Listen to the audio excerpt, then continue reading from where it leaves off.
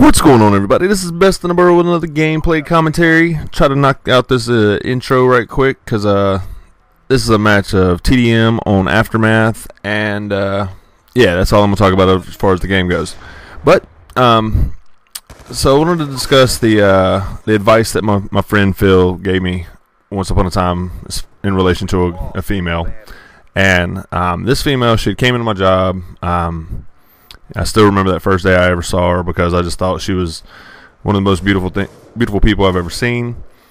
And in which case, you know, like a month or so later, I ended up, me, her, and some other friends, we all went to this get together, this like end of semester party that goes on at Guilford College in Greensboro called Serendipity.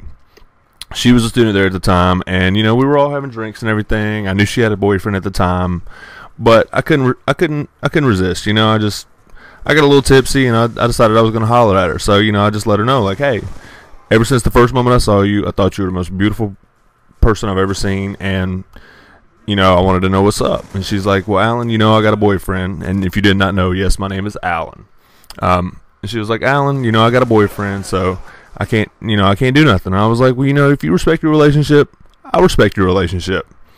And she was like, yeah, you know, I got a boyfriend, I can't do nothing. And I said, you know what, I can appreciate that. So I let her go on about her business. Well, lo and behold, I believe it was maybe a month or two later or so, like that, and out of the blue, out of nowhere, I'm sitting in my house, you know, hanging out with my roommates and everything, and we're just, you know, chilling, having some beers or whatever. And I get a call. I didn't recognize the number, and I was just like, who is this? And she was like, hey, this is so-and-so. And I was like, you know, I'm not going to put her name out there like that. But she was like, hey, this is so-and-so. You know, I'm hanging out over here at a mutual friend of ours. Just wanted to know what you were doing, if you want to come hang out for a little while. And I was like, sure, no problem. So within 20 minutes, I had showered, gotten dressed, hit up a gas station, grabbed me a 12-pack or a 6-pack or something, went over to my friend's house. And upon me entering the house, you know, I see her, and she's being all friendly and everything. And, you know, at that time, I didn't realize or know that she had broken up with her boyfriend because he was trying to philander around behind her back with all of her friends, of which, you know, none of them were going for that because that's not how they roll.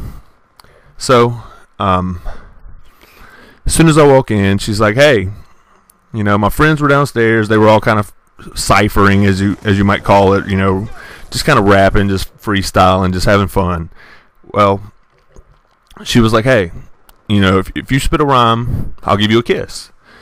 And yeah, I'm sure some of you don't know, like I used to kind of dabble a little bit, you know, write and kind of just bullshit rhyme and stuff, you know. And she was like, you know, if you spit a rhyme, I'll give you a kiss. And I said, well, I can tell by the way you're acting, I don't have to say anything, and I'm gonna get a kiss. So from there, you know, we kind of just we hung out the remainder of the night. Everything was real flirty and real, you know, real copacetic, as you would. So, you know, the night's winding down. Everybody's kind of leaving my friend's house, and you know, we decided to go back to my house. And you know, we get back there, and you know, we're making out and this and that, touch and feel and petting, as they may call it. And you know, I'm like at the door. I'm talking about I'm knocking on that junk with my hammer. You know what I'm saying?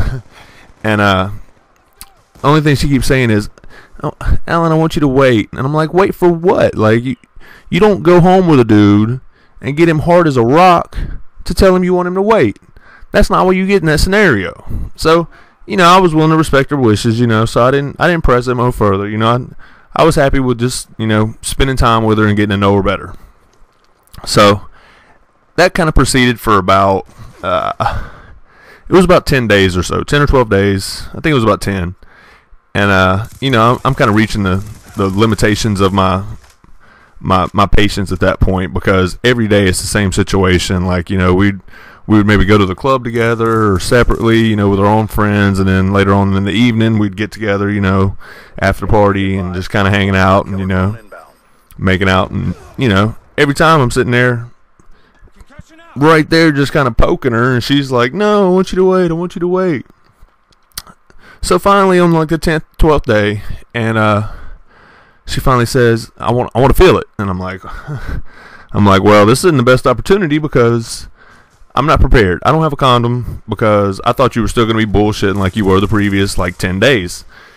And so she proceeds to go looking around her apartment trying to find a condom for us to use. Well, lo and behold, she comes back a little while later and she has a condom that, no lie, she got from like a radio location or, you know, promotional thing, because it actually had the name of the radio station and logo on this condom. And it was a bright green condom. Of course, you know, I mean, that from the gate, I shouldn't have used it just because that's sketchy on numerous levels. But I didn't care. I was wanting to get in there, and you know, I was trying to get it in. So I was willing to take a chance, and I strapped up and went in for battle. Well, lo and behold, you know, we're going at it for a while. You know, it's getting good. Everything's fine. You know, we're having fun, switching positions here and there. And finally, one time we're in the process of switching positions and stuff, and I pull out. So, you know, we can change. You know, have her move into another position, maybe, you know, doggy or whatever. Anyway, as I pull out, I happen to notice that I'm wearing a turtleneck.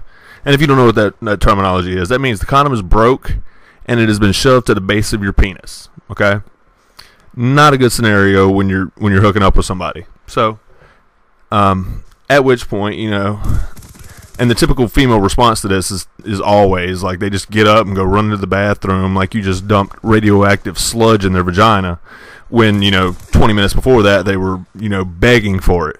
So that's how the first situation went. So we took a couple days of sabbatical away from each other. We weren't really hanging out. We were still talking and everything. Everything was still fine, but it was just, you know, it kind of scared both of us a little bit. So, so finally, you know, a few days later, we get back together and we're hanging out, and you know, I brought my own condoms that time. Well, you know, we start getting back into it and everything, and you know, she's really apprehensive and just kind of worried and stuff. So, you know, every few, I'd say maybe like 10 strokes or so, she makes me pull out. And she just wants to check the condom to make sure it's still there and it's not broken and everything. And, you know, I could understand that. And, you know, I was also somewhat kind of worried. Well, finally, it reached a point where she was like, all right, the condom's fine. Just go, let's get it. And I was like, all right. So, you know, I started putting in some work, laying some pipe. And lo and behold, you know, I get to that moment and gave her my old face, and I pull out and I'm like, oh shit, because the condom broke again. Second time in a row. Only 2 times I got the pussy, and the condom broke both times. So, you know, I'm kind of worried and I'm just freaking out and stuff. And I mean, after each one of these situations, we went to Planned Parenthood, because this is before they were selling Plan B over the counter. So, you know, you had to go in there, and they're giving you weird looks, because they're just like, oh, what the fuck are they doing? Just, you know, practicing unsafe and shit.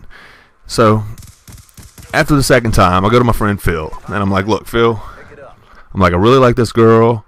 This is what's happening. You know, every time we've had sex so far, the condom's broke. And, you know, he's like, well, what kind of condoms are you using? And I explain the situations, and he's like, dude, he's like, I had the same thing happen to me before with this one girl. And he's like, my friend told me, he was like, yo, you need to go with Magnums. And at first I was like, really, man? I was like, come on, like I heard they're like really big. And he's like, nah, man. He's like, it's not like that. He's like, check it out, you know. He's like, ever since my friend told me that, he said I never looked back. So I switched up. I went to the Magnums. Never looked back. Never had another situation of a condom breaking.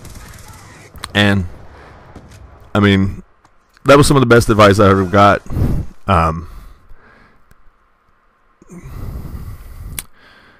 It's definitely something that you know, it's one of those things you can only get that advice from a good friend, where you can talk openly and honest. And you know, me and her, we hung out for a long time and had a good little history. And well, this video is wrapping up. I hope it was interesting. I hope you were enjoyed. I hope maybe it was helpful.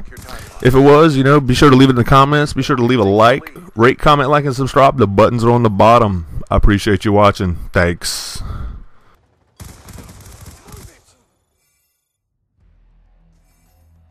Mission complete. Solid performance.